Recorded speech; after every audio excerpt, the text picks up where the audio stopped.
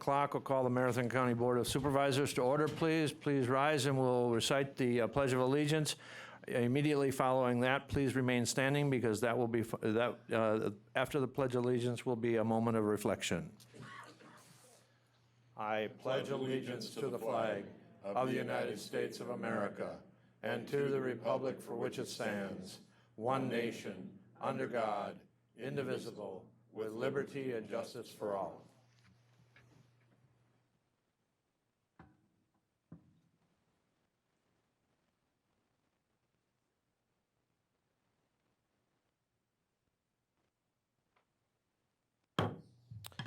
Thank you.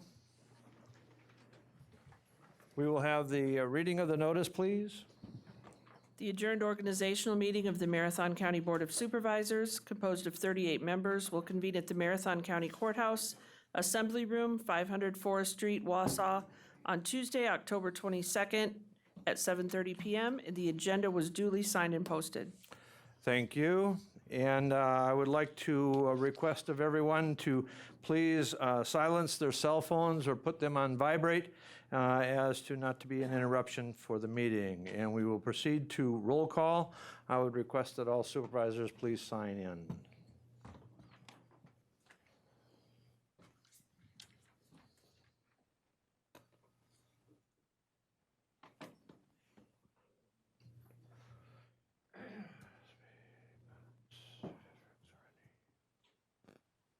And we will proceed.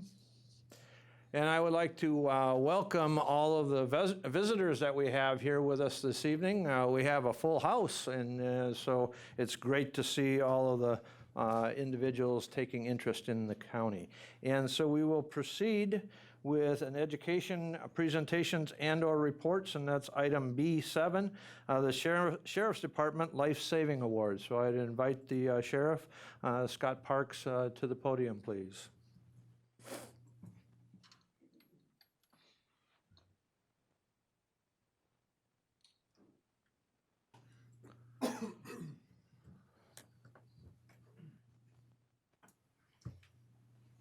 Thank you for allowing us to take up a portion of your meeting tonight to provide a medal ceremony to 3 of our uniformed deputies.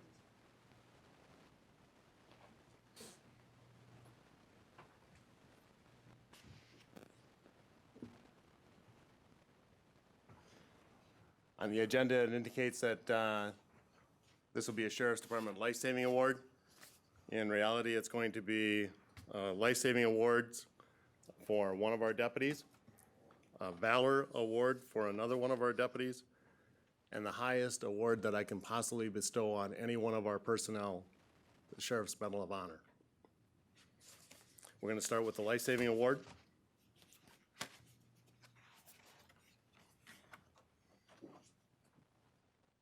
Deputy Michael Van Offeren. On August 18th, 2019, he was working routine patrol in the town of Rib Mountain when he heard a med call for Walmart, and he was within 1 minute of being at Walmart's door. Deputy Van Offeren retrieved his AED, entered the store, and was directed to an 80-year-old male who was in agonal breathing, meaning that he was on the verge of expiring. Deputy Van Offeren immediately took action, utilizing his AED, CPR, and first aid skills, resulting in saving that individual's life. And when the Safer Med responded and arrived on scene, they were able to take over, transporting that individual to one of our local hospital centers where he survived. He's now been released from the hospital and doing quite well. Deputy Van Offeren, using his skills, his training, the equipment provided, saved one of our citizens. So I present to you Deputy Michael Van Offeren, the Sheriff's Life Saving Medal. Congratulations. Thank you.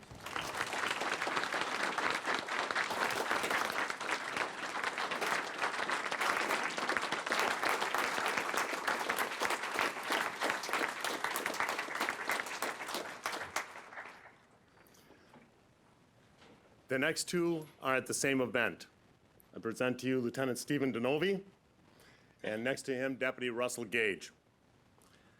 On September 13th, 2019, Clark County Sheriff's Office was engaged with an individual who had led them on a high-speed chase, was armed with a weapon, and had barricaded himself inside a residence in a village in Clark County. Clark County Sheriff's Office used a number of tactics to try to extract that individual from that house safely. The individual continued to display a weapon and let them know that he did have a firearm in his possession. He actually had multiple firearms in his possession. They used negotiations, they used tear gas, and other items to try to cause that individual to surrender peacefully. The individual refused to do so.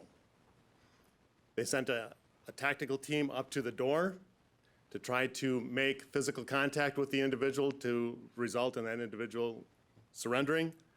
And in the process, the individual fired 2 shots through the door, one going over the top of a Clark County deputy's head, and the other one impacting a Clark County deputy to the side. The only thing that kept that deputy alive is because he was wearing ballistic armor, and the bullet actually struck the ballistic armor. Clark County pulled their deputies back and immediately called for Marathon County Sheriff's Office SWAT to respond. Our bomb team was already on the scene because there was a potential for bombs being at that particular residence, and we had robots in place that were monitoring this situation. Marathon County SWAT arrived and took over the tactical situation from that point forward. Lieutenant DeNovi was operating the armored rescue vehicle, our Bearcat.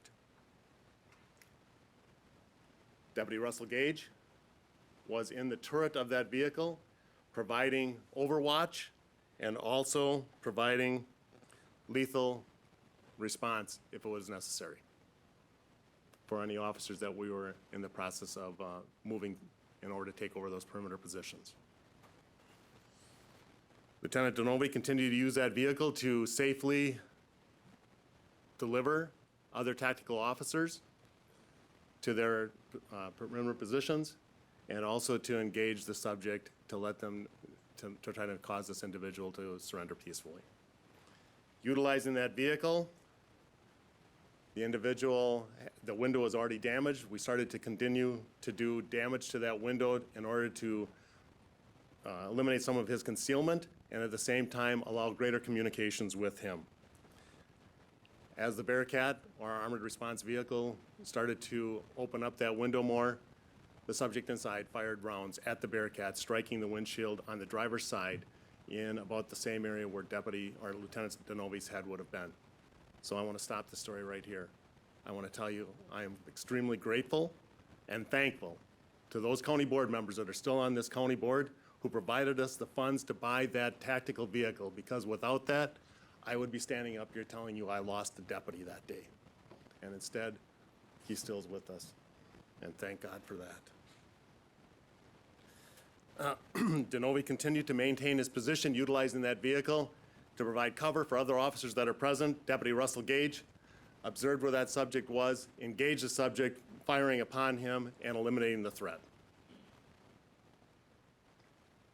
Without regard for his own personal safety, displaying his heroism and bravery in the face of imminent danger to himself and other deputies, I award Lieutenant Stephen DeNovi, the Sheriff, Medal of Valor.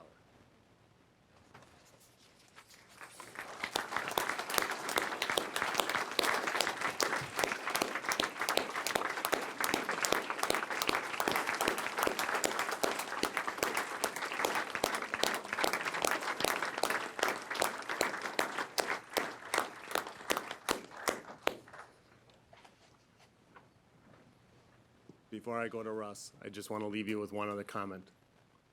This is only the second time that a sheriff's deputy has received the Sheriff's Medal of Honor. So, without regard for your own personal safety, for your heroism and bravery in the face of imminent danger, placing yourself in harm's way, protecting those that are in front of you and other deputies that were on the perimeter, I am awarding Deputy Russell Gage, the Sheriff, Medal of Honor. Sir, I salute you.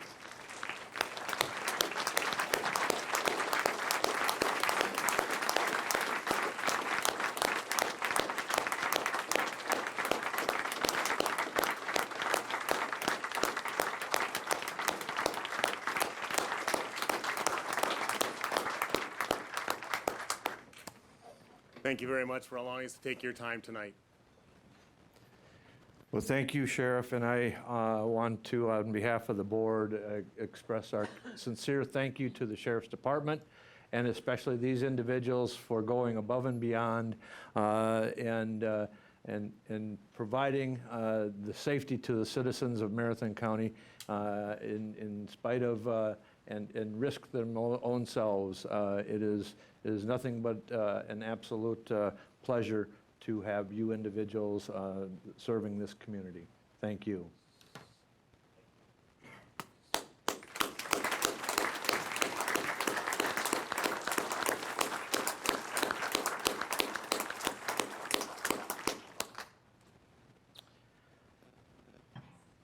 Moving on to the next agenda item, we have item B8, the role of the women's community in keeping people safe in Marathon County. And so we have the director from the women's community, and I invite her to the podium.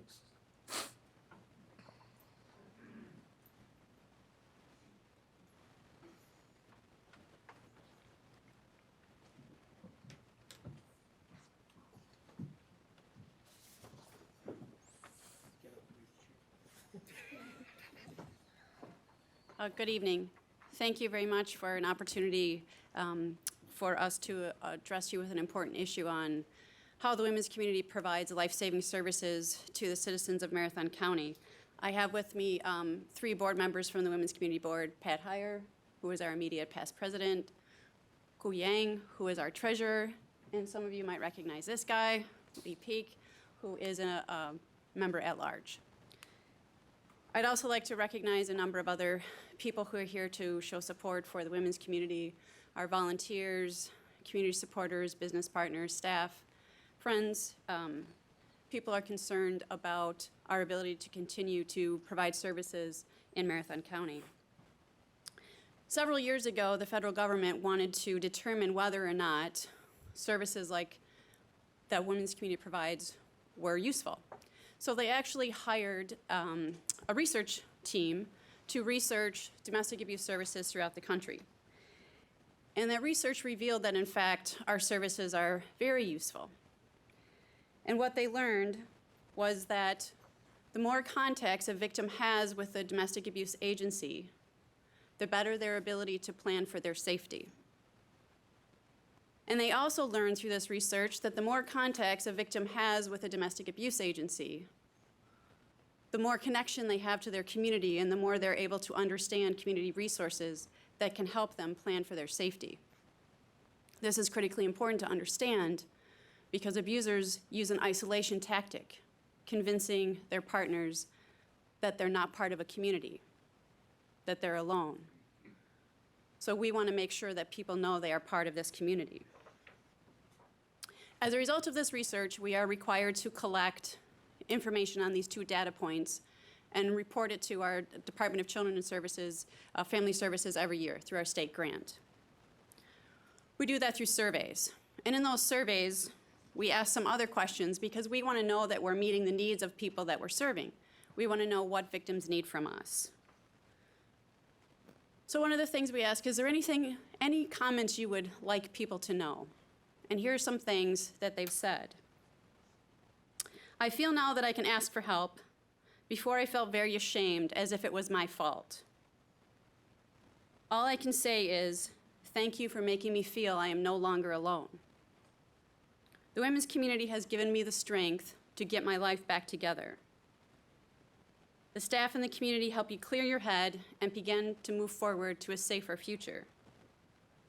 The shelter opened my eyes to a lot of forms of abuse that I should never put up with. The staff is very informative. I have reached goals I never dreamed I would or could obtain. Thank you. My life very much depended on coming to this shelter. To be cared for completely after walking away from everything that you have is priceless. So let's talk about price. First of all, it's important for everyone to know that all of our services are free. We never charge for anything that we do, no matter how long someone needs our services or how long they stay with us. Not only should victims not have to pay for the help that they need because of what's been done to them, but it's also prohibited in our grants. We are not able to charge fees for our services. The funding that we receive from Marathon County supports 3 major programs at our organization: our Abuse and Later Life program, our Children's program, and our Basic Services Shelter program. If we look at the demographics of Marathon County, we can see that our community is aging, that our need for abuse and later life services is going to be growing, not declining. But if this funding is cut, we will decrease our services to our senior population by 30%. I think it's important to understand when we're doing our budgeting that though we have multi-year grants, our grants don't increase every year. Our expenses do. So every year, when I sit down with my finance team and we have to look at what we're going to do, we already know we're facing a deficit budget because we have to figure out how to pay for the expensive increase with no revenue increase. That's part of our budgeting process. It's also important to understand that the funds from the county are used as match for our children's program grant through the state and for our basic domestic abuse services grant through the state, which funds our shelter program. Without these guaranteed funds, we don't have the ability to provide the necessary match required, which means we will not have the ability to leverage $180,000 that comes to this community to ensure our ability to meet and keep victims safe.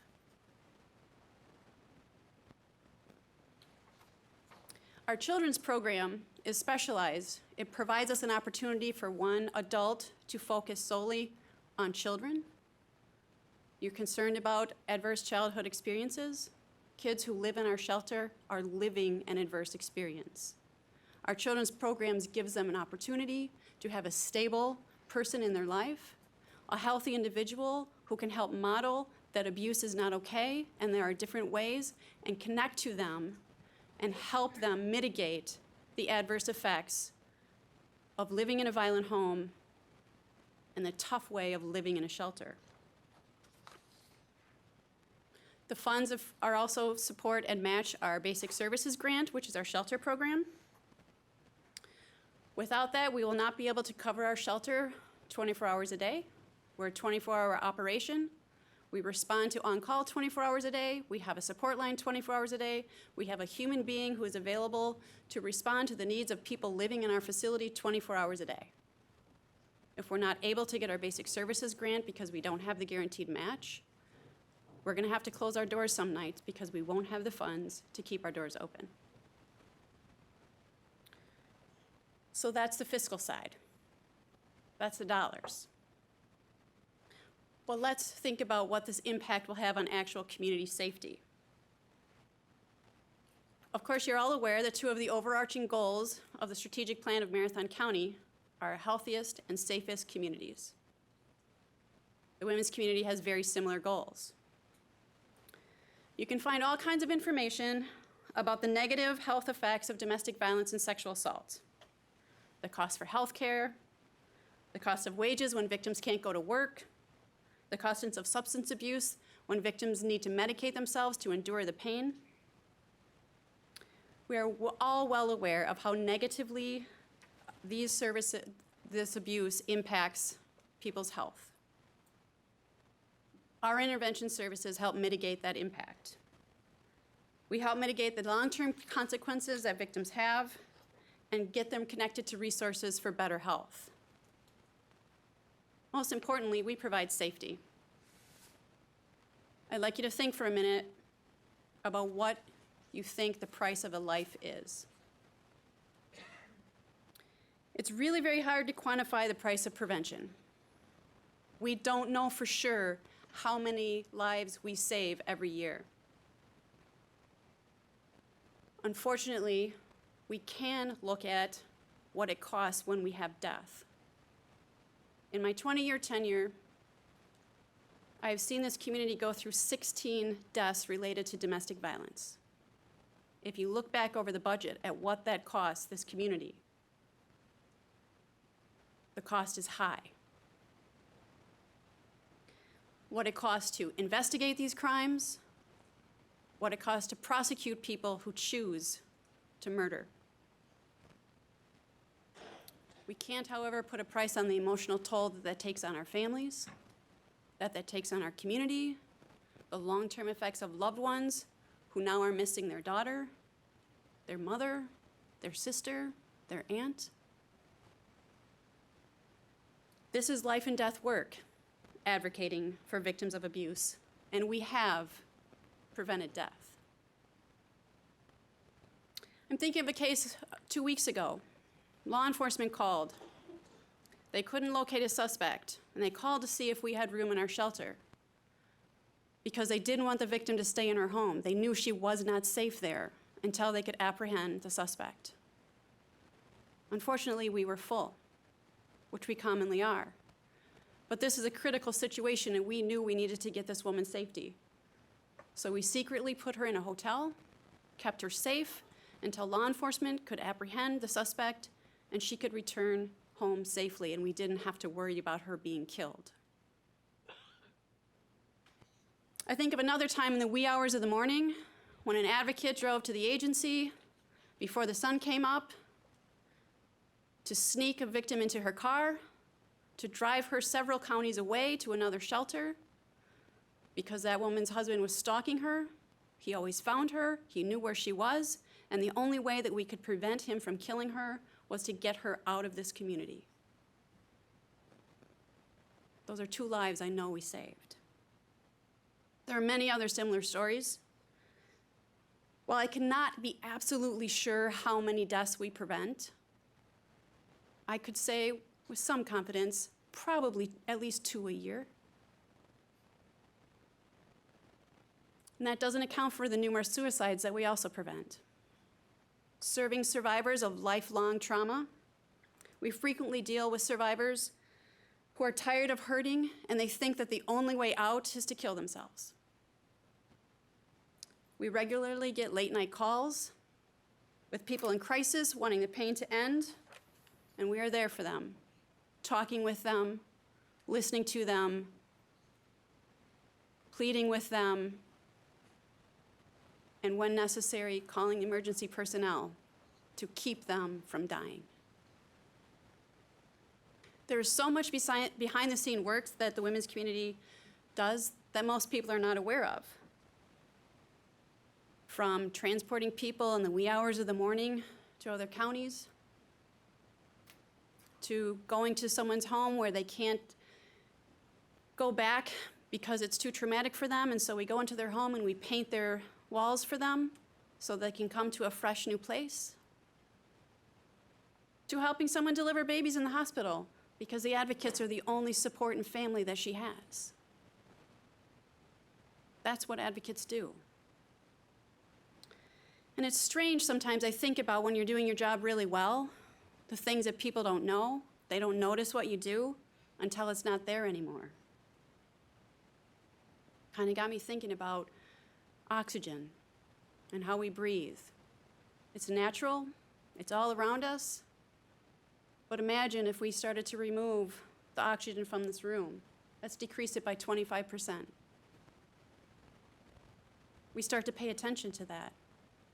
We start to recognize how much more difficult it is to do what we need to do. Advocates are victims' oxygen. They rely on us to be here 24 hours a day. We are a constant safety net for them. As I mentioned when we began, we ask other questions on our surveys so that we know we're meeting victims' needs. And we ask them, what would you do if the women's community did not exist? And here's some answers. Without this program, I don't think I'd be alive. I don't know, you have been my lifeline. I don't know, I guess I'd live in my car. I would be dead. So I ask you again, what price do you put on a life? I'm asking you to please reinstate the cut funds to our life-saving program, to keep these services in your ongoing budget. The amount you pay now saves you a great deal compared to the cost of us not being here. I thank you for your time and your consideration. Thank you.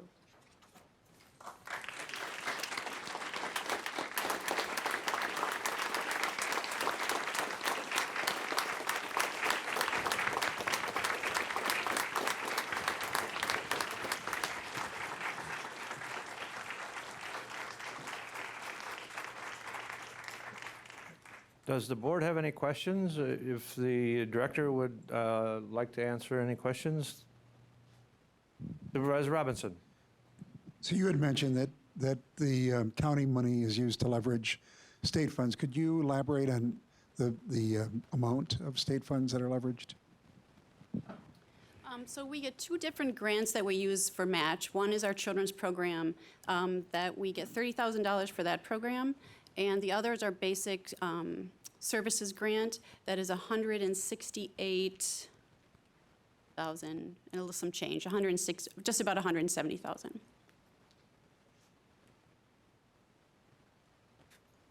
Any other questions by the board? Supervisor Gums. Well, all the organizations we donate to are supposed to provide a financial statement, aren't they? Have you given one to the board yet, or is it in the progress? Or am I incorrect there, Mr. Chairman? I don't believe there is a requirement for a financial statement from each of the nonprofits, no. I thought we were going to ask for that in the future. I would be happy to provide I'm that sorry for if you. I'm wrong.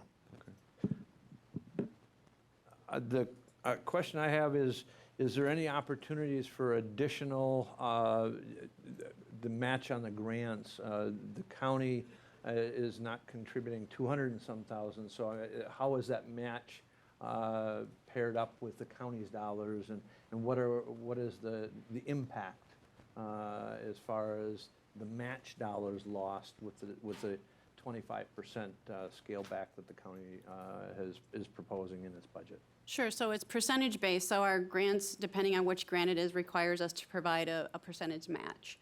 So the percent of our $30,000, we have to provide 20% match of that. Okay. So that's where we use the county funds to provide that 20%. And it has to be a guaranteed fund from Correct. a government entity? It has to be a guaranteed, It- yes. Okay. And then the larger grant, is that It's the also? same thing. A 20% match? Right. Okay. All right, thank you. Any other questions by the board? Supervisor Leahy. Thank you, Mr. Chair. I guess I was just wondering a little bit about staffing. Do you have full-time employees? Is it mainly volunteer-based? Is it a mix of both? And I guess if the funding is cut and you're not able to provide the services that you've been providing for many years, how will that affect other county programs that will continue to exist? Like, where will that overflow potentially go to other departments? Sure, so we have a mixture of all of those things. We have full-time staff, we have part-time staff, we have occasional staff that fill in to cover our 24-hour services. We have volunteers that provide an array of different services and do a lot of different things for the organization. So it takes all of that to help us operate. So if we were not available to provide the services, there are a number of other county programs who would be directly impacted. So Child Protective Services would be directly impacted based on the family violence that's occurring and what happens to children in homes if they're not able to get out into safe places. Clearly, it would impact, again, death, homicide investigations, prosecutions. So all of the issues that the prosecution is currently having with their low staffing, that would just increase again, taxing on the law enforcement community as well. We are partners in a number of ways to try to keep our community safe and our families safe. Okay, Supervisor Christensen. Thank you, Mr. Chair. I just have a question. I don't know if it's for the chair or for Mr. Carger, but how much are we funding right now for the women's community? What is our budget? I don't remember off the top of my head. I, Have you got the book? Do you know, James? Christie, 75,000 for this year. Okay, thank you.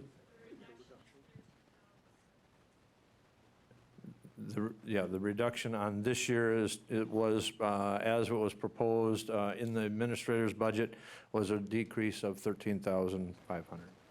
Supervisor Johnson. Thank you, Mr. Chair. My question is, you mentioned partnering with other agencies. Now, I know firsthand from personal experience as a retired agent, we utilized, I mean, your services were beneficial to a lot of folks that were on our caseloads.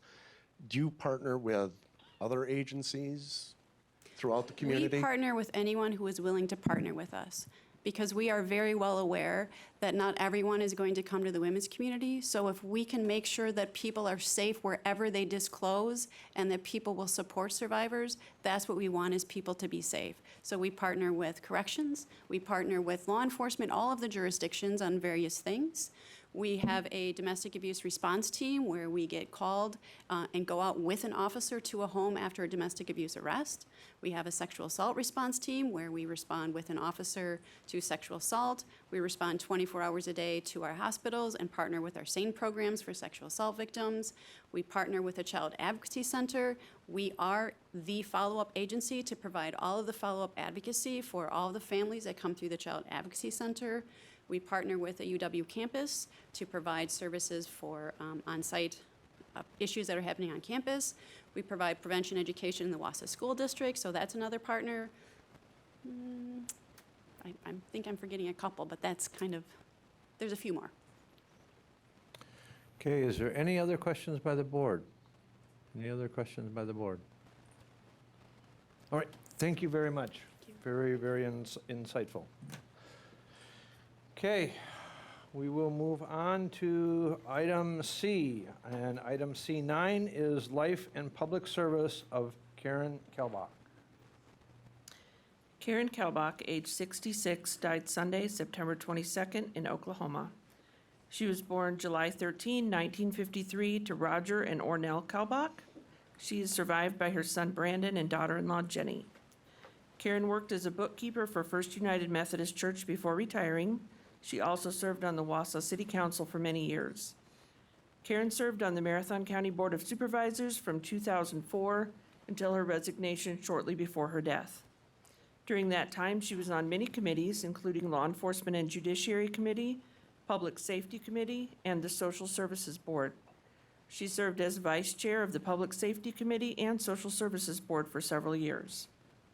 In the passing of Karen Kelbach, we have lost a leader who was dedicated to serving her community.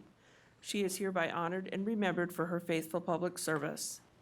Now therefore be it resolved by the Marathon County Board of Supervisors that they enter this memorial into the proceedings of the board out of respect for the memory of Karen Kelbach.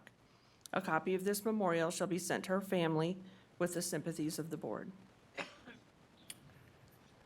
Supervisor Mask with the motion. Is there a second?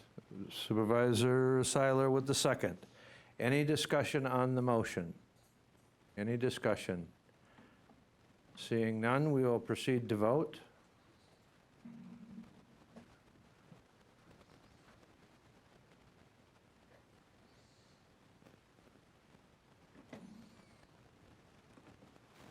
And we will proceed. And the motion is carried unanimously. We will have a moment of silence in remembrance of Supervisor Karen Kelbach.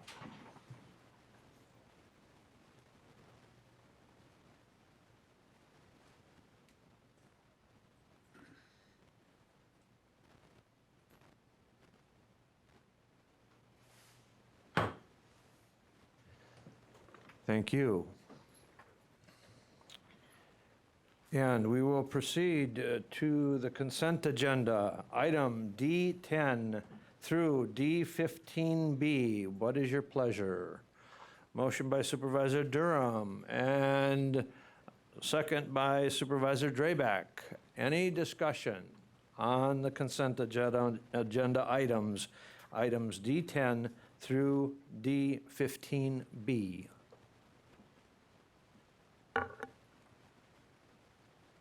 Any discussion? Okay, seeing none, we will proceed to vote.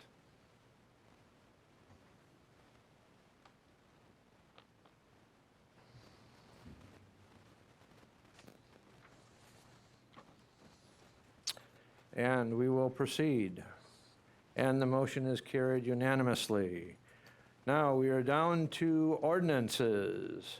Item E, E16, amending section 12.01 and 12.03 of the General Code of Ordinances regulating alarm systems to increase fees and simplify penalties. Ordinance 23-19.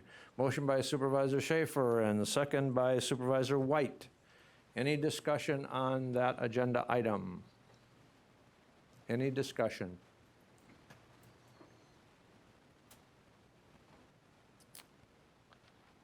Seeing none, we will proceed to vote.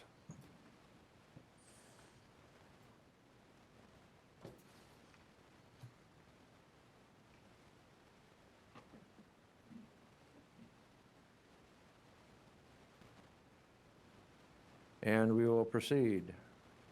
And the motion is carried, but it is not unanimous. Okay, down to item E, 17, amending section 5.01 through 5.05 of the General Code of Ordinances regarding ending the role and the responsibility of the Marathon County Civil Service Commission with respect to hiring of deputy sheriffs and conferring authority to hire solely on the sheriff's office. Ordinance 24-19. Motion by Supervisor Wagner and second by Supervisor Opal. Any discussion on that agenda item?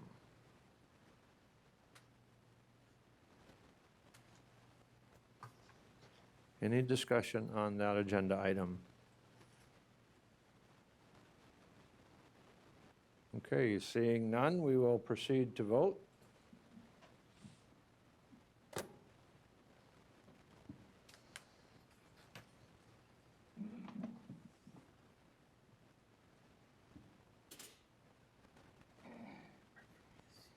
And we will proceed. And the motion is carried, but it is not unanimous. We are down to item E18, amending section 2.01, parent 19, General Code of Ordinances to remove the provision for an automatic resolution for a 3% increase of supervisor and board chair salaries and add a provision that if no action is taken, increase will be a 0%. Ordinance 25-19. Motion by Supervisor Budke and second by Supervisor Opal, excuse me, second by Supervisor Stark. Any discussion? Any discussion? Supervisor Opal? Yes, thank you, Mr. Chair. I guess I am totally against this. I'd like to introduce an amendment moving that it be attached to a COLA. I don't think the research has done as to what other counties do, what other counties are paid, how they get any raises. I guess I'm in total confusion. I'd like more information on it. So therefore, I'm asking that it at least be reduced to a COLA. And I so move. Is there a second? Is there a second?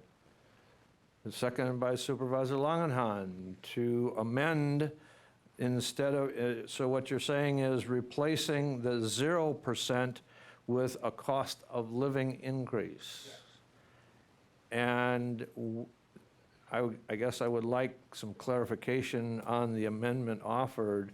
Cost of living as far as where is that cost of living come from? Because there's multiple places to get a cost of living from. Let's take the lowest one.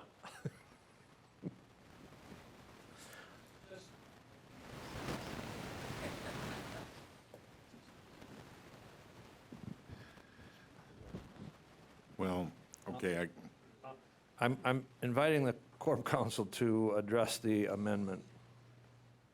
typically, what we do in a contractual situation is we invoke the Consumer Price Index. And as you may know, there are several different consumer price indices.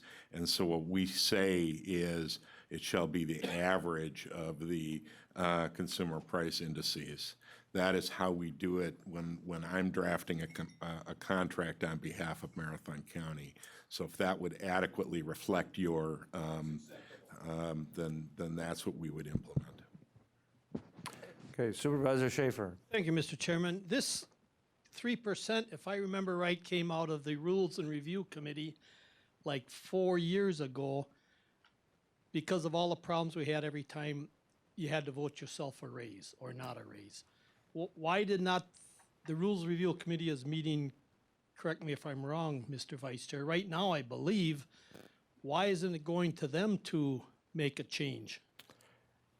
Because if this board does nothing as the rules are written today, in order for a increase to effectively take place, it must be voted on by this board before the papers can be taken out.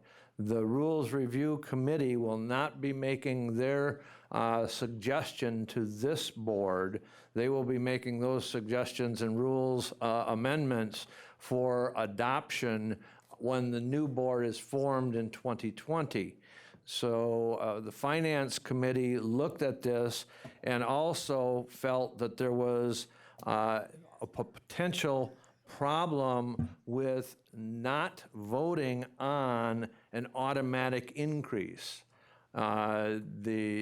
So having in the rules an automatic increase, even though this board adopts those rules when it's first organized in April, and there is a vote on it at that time, there's really never ever a clear vote by this body as to what that increase is going to be. And so the Finance Committee felt that in discussions with council, it could be challenged. So it was felt that we have something clear, and so that we don't have an automatic increase in the rules, and we only have an increase if this board so votes itself. Not itself. Again, it's not voting an increase for itself. It's voting an increase for the next board to come in 2020, not this board. That was the reason why the Finance Committee moved it forward for its discussion, or for its consideration. Supervisor Christensen. Thank you, Mr. Chair. Now, when we get this raise, is this every 2 years, or is this 3% every year? Or does it coincide with the election? The way the rule is written, it would be 3% each year, the way it is right now. The way the amendment is being, or the amendment to the ordinance is, it would be a 0 unless this board takes up a separate change before December 1st. Okay, thank you. Supervisor Schaefer. Thank you, Mr. Chairman. Then shouldn't the heading says amending blah, da, da, da, da, da, da, da, for 3% increase of supervisor and board chair salaries and add provisions and no actions taken increase will, shouldn't it also say vice chair? I'll If the let Corp Corporation Counsel, he Council drafted. could- Maybe it should. No, no, it doesn't. Vice chair is different than chair. And in fact, this was a speed bump that we ran into a few years ago. What the law says is that it takes up the issue of supervisors and the board chair. It does not say and the vice chair. And in fact, that was something that I had been asked about, as you'll probably recall. And I said, well, technically, the board chair is not elected by the electorate. The board chair is appointed by the board. That's really an appointive position, not an elected one. But then I went back and read the statute, and when I read the statute, I was like, no, it says it has to come at the same time as the supervisor. So that is the only reason why board chair is included, because the statute includes it. Vice chair and all the other committees are appointed positions, not elected ones. Follow up if I may. Go ahead, So Supervisor. when do we set the salary for the vice chair? Anytime you want. But it is a, But it comes down at the time of the rules. is it in the And rules? it is- I yes, can't- it is. It's- Okay, thanks. it is. That clears it up. Supervisor Miller. Thank you, Mr. Chairman. I have an issue with whether we're doing it for ourselves or succeeding boards, that we get an automatic increase. It just seems wrong. The employees of the county do not get an automatic increase. It's based on merit. And I think we made a big deal of that when we voted to start a new procedures for increases based on merit versus an automatic. This is automatic. It shouldn't be automatic. You should look at us and say, we did a good job, we didn't do a good job. We did what we said we were going to do, or we didn't do what we said we were going to. We can vote on that every time that issue comes up. So I would not support this amendment. Thank you. Supervisor Rosenberg. Thank you, Mr. Chair. I just want to memorialize this moment where Supervisor Miller and I agree completely on this issue. I will also be voting against this.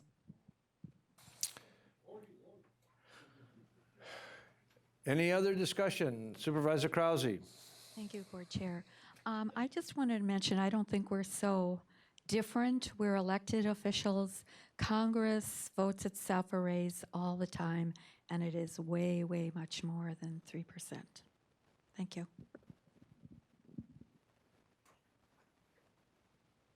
Okay, I also, just so everyone is clear, this is a change of the rules. It does require a 2/3 majority of the board, but we have an amendment on the floor, and that amendment is to replace the 0 with consumer price index, an average of all of the consumer price indexes that are there. So is there any more discussion on the amendment? And the amendment would be simply a majority. Supervisor Guild.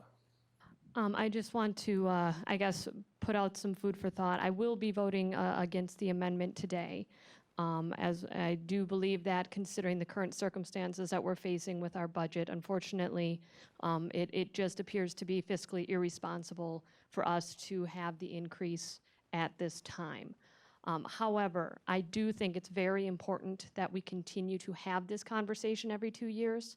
I think that we also need to make sure that we don't go another 4, 6, 10 years without doing some kind of an adjustment, because this is essentially a part-time job. I do know that there are those on the board, myself included, who actually quit a part-time job when we got on here. So I gave up the opportunity to make money elsewhere in order to be on this position.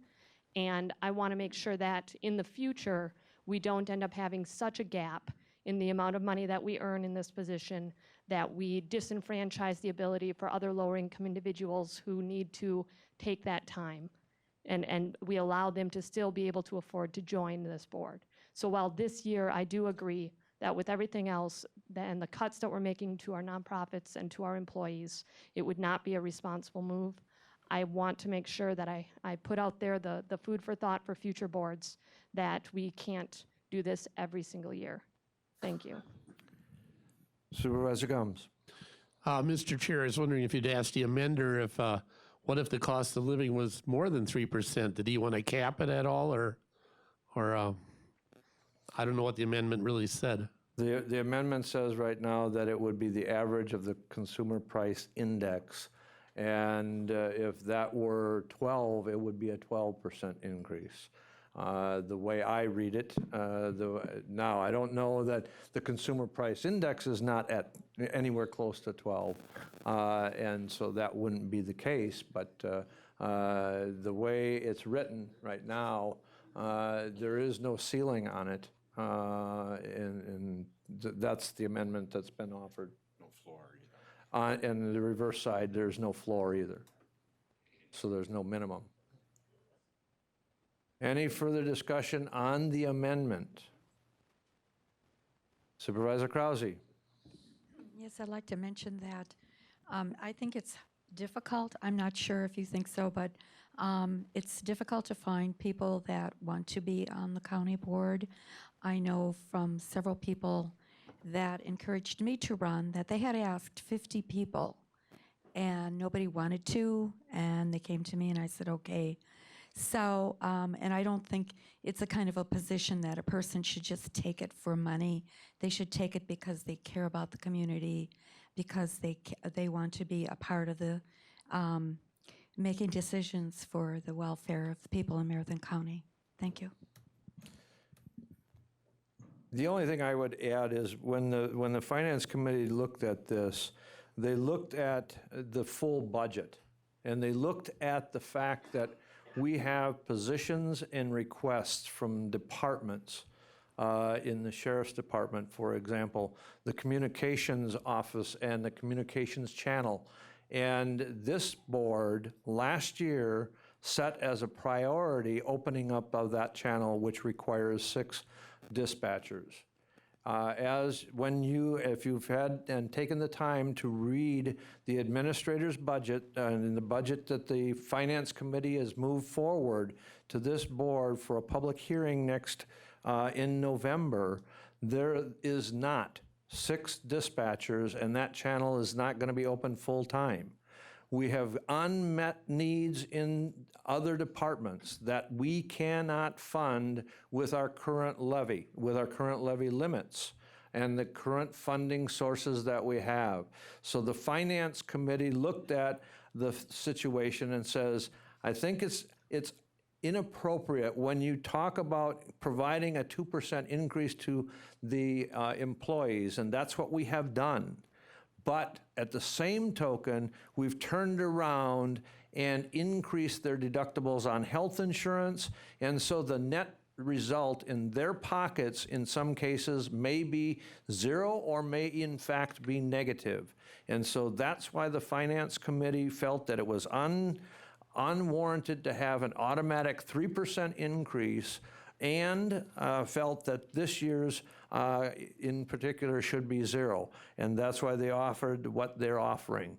So I would provide that as insight for what the Finance Committee did.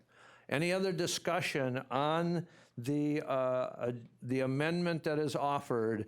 The amendment that is offered right now that is on the floor for discussion is to replace the 0 with an average of the CPI, Consumer Price Index. Any further discussion? Any further discussion? All right, we will proceed and on the amendment.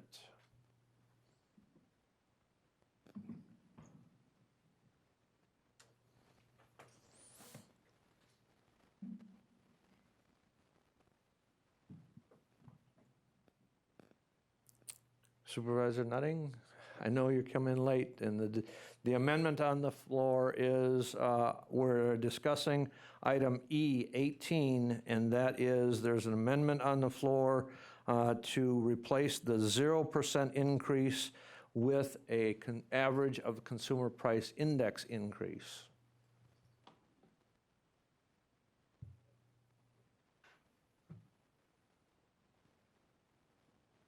And we will proceed. And the motion to amend fails. Back to now the original motion, and that was, again, to amend Section 2.01, Parent 19, General Code of Ordinances, to remove the provision for automatic resolution for 3% increase of supervisor and board chair salaries, add a provision that if no action is taken, increase will be 0%. And the motion is to approve. Supervisor Opel.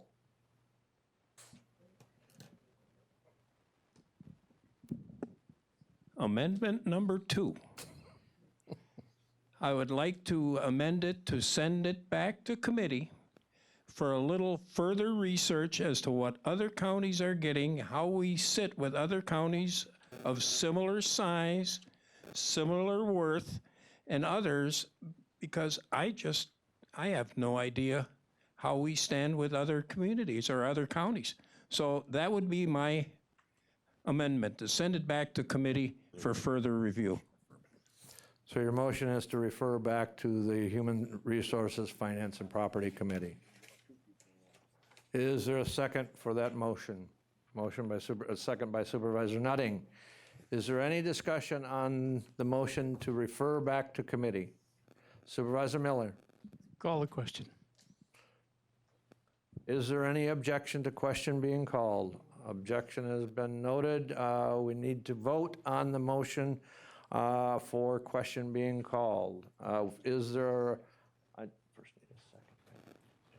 I need a second on the motion, question being called. Is there a second to the motion? Second has been made, and it is non-debatable, and so we will move to the vote. Question has been called.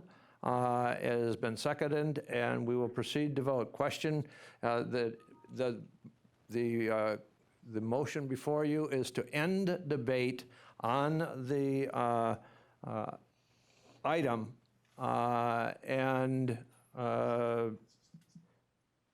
so a yes vote will end debate, a no vote will continue debate.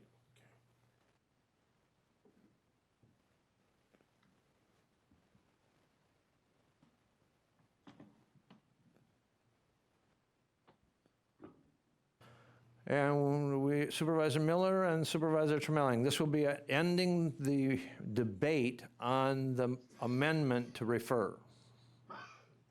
Supervisor, okay, and we'll proceed. And debate is ended on the motion to refer because that motion carried, and so debate is ended. And we did not at the time have anybody in the queue, and so we will proceed to vote on the amendment to refer back to the Finance and HR Committee. As soon as the clerk needs to type in, and we can proceed.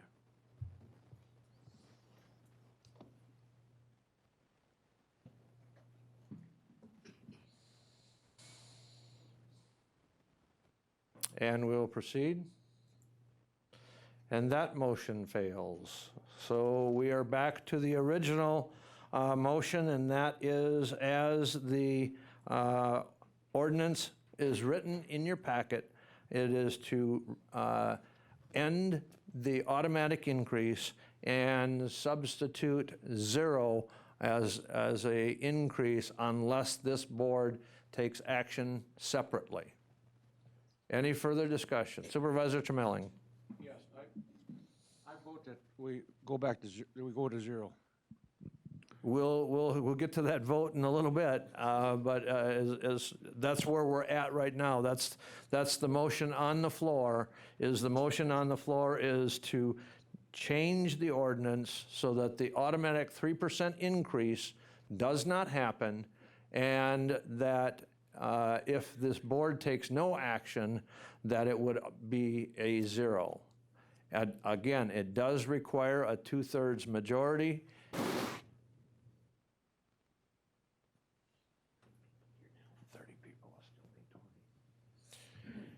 Is there any further discussion? Again, it does require a 2/3 majority because we are changing our own rules. Are we ready to vote? Again, a motion, aye vote will reduce the 3% and take out the automatic 3% and substitute it for a 0. So an aye vote will effectively change the rules that if this board does nothing else and does not act, it will be a 0. Are we ready to vote? We will proceed to vote.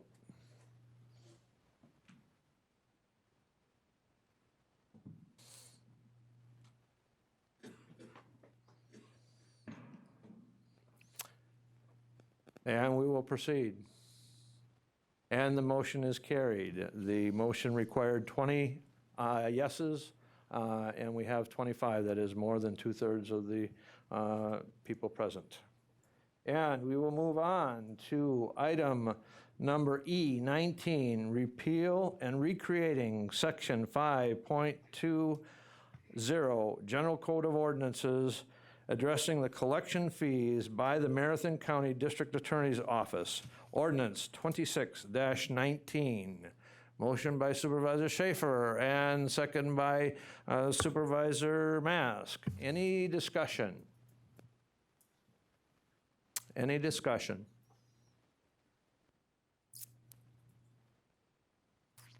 Seeing none, we will proceed to vote.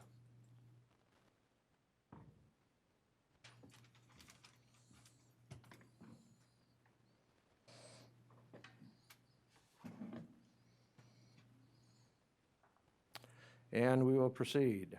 And the motion is carried unanimously. Resolutions. F, from the Human Resources, Finance and Property Committee, item F20. Initial resolution authorizing not to exceed $2,700,000 general obligation bonds or promissory notes for Marathon County Jail emergency repairs, Resolution 56-19. Motion by Supervisor Robinson and second by Supervisor Nutting. And I've asked the Corp Counsel to clarify his statement that he made last week, Thursday, about amending this. And so last week, you'll recall that I said on Thursday night that this resolution is drafted by our bond counsel, and that I wanted to know if there was going to be anybody that was going to be offering an amendment in advance so that we could contact bond counsel. No one has contacted me about that, but I do want to clarify something. If I had given you the impression that you couldn't change the number on this, I want to take that impression away. The original resolution, and not that I'm suggesting this, but the original resolution as it had been originally drafted was 2.2 million. It now comes to you for 2.7 million to essentially borrow money to pay ourselves back for the cost of repairing the jail. And so when I said I wanted to know about any amendments in advance, I really meant the balance of the drafting of that resolution. So you are free to change the number because you are essentially authorizing the borrowing. However, that's all I have to say. I just wanted to clarify what I had said before.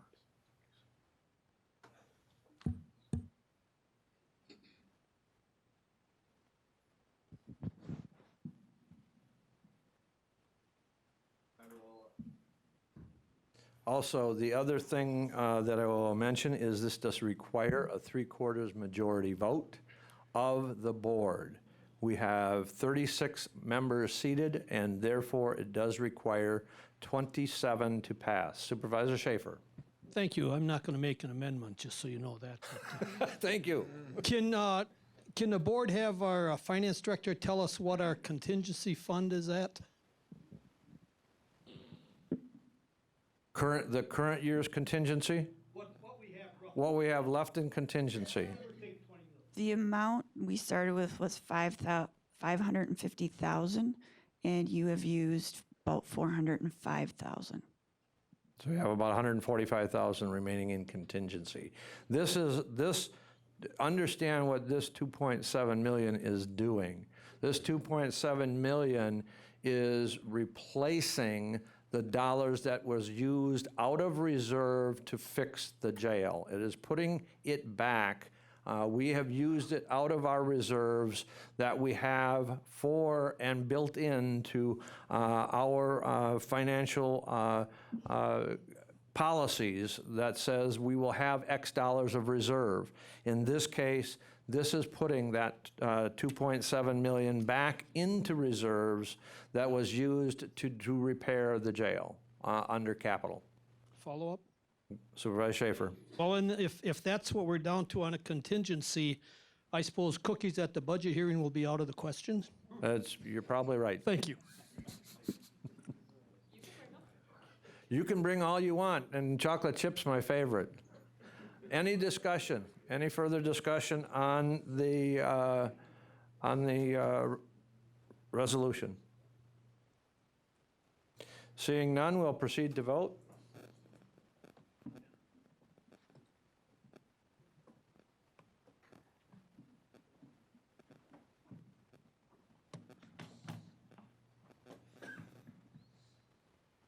And we will proceed. And the motion is carried, unanimous. We are down to item number F, 21, resolution declaring official intent to reimburse expenditures for Marathon County Emergency Jail repairs. Resolution 57-19. And we have Supervisor Opal and Supervisor Stark with the second. Any discussion on this resolution? And this is simple, a majority vote. Any discussion? Seeing none, we will proceed to vote.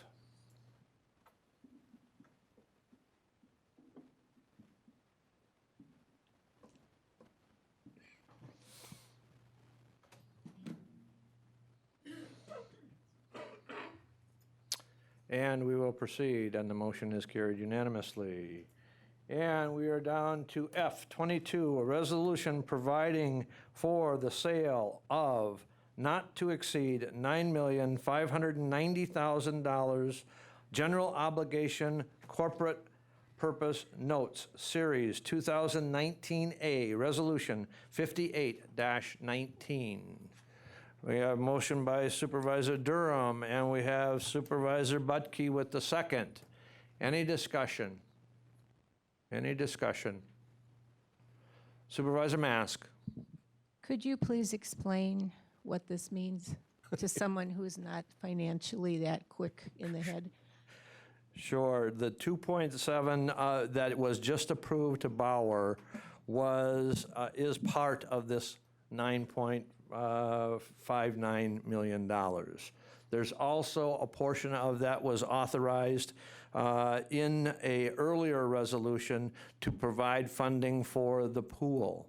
And then the remainder of those funds are for CIP projects that have been also authorized prior. So that's why now we're going out for issuance of it.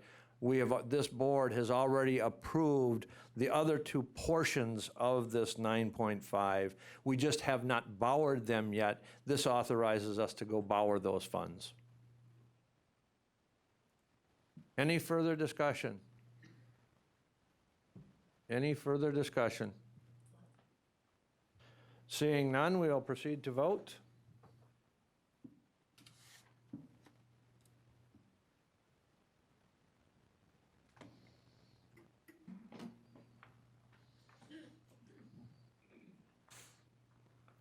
And we will proceed. And the motion is carried unanimously. Thank you. We were down to miscellaneous business. Item G, 23, announcements and/or requests. Supervisor Durham. Thank you, Mr. Chairman. I just would a little mention about our the Seaway Board meeting last Friday. We get a lot of difficult news working on this budget this year. I know because I've been working on there.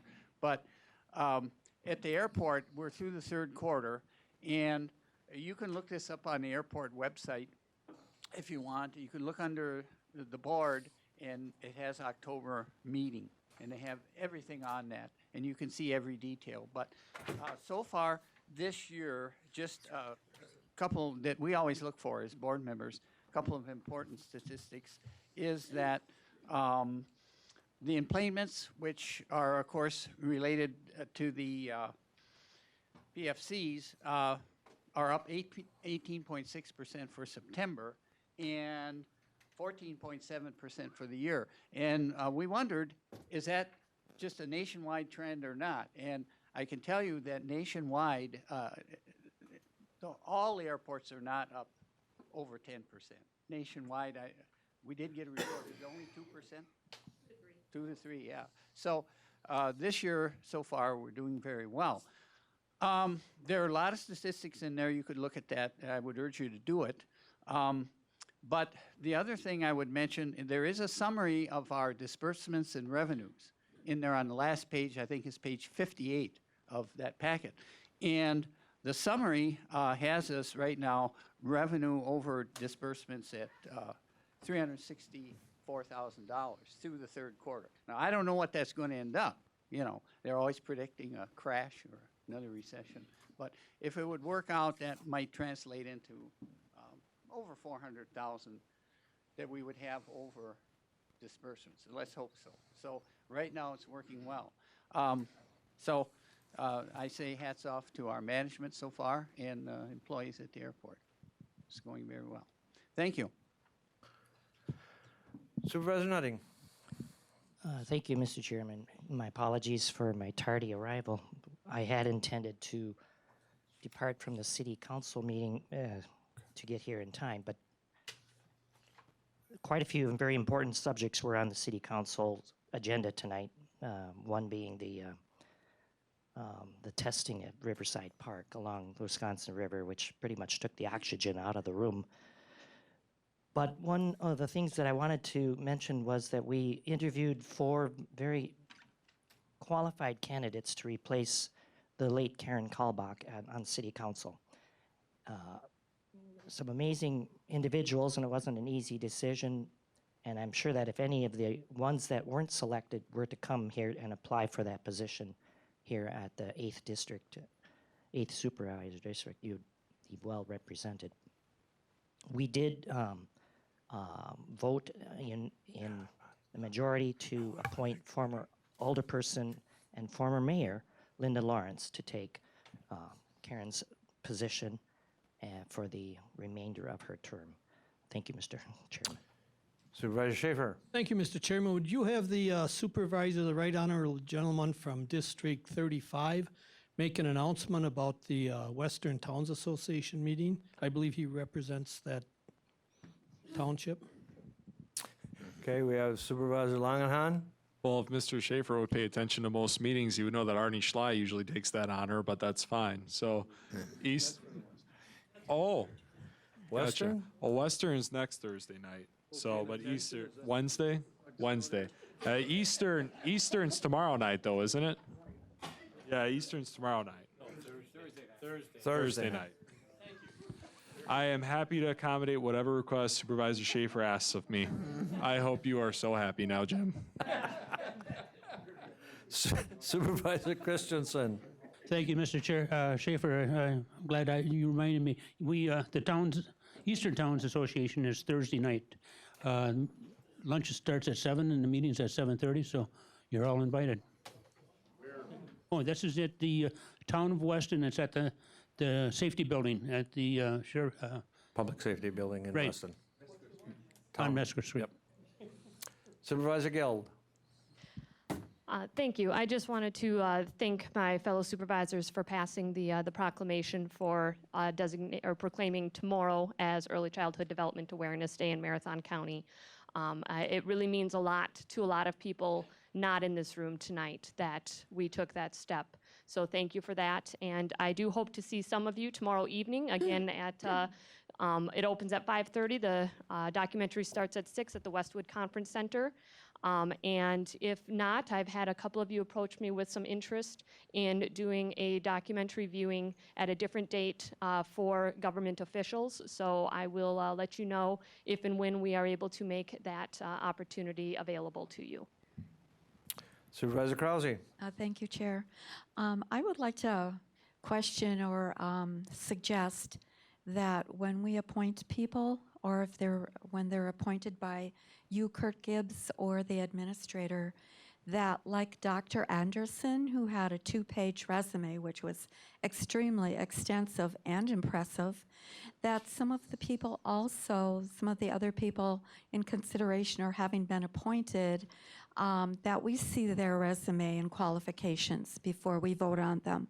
I just hate to vote on them blind, not knowing who they are, what their education is, their background, their experience. It makes me feel like a dummy, and I don't like to feel like that. And Dr. Anderson really showed up with all of his extensive experience in education, extremely extensive in comparison to the woman who is appointed at the on the board of the Department of Health. There was nothing there about her, not even her address or phone number.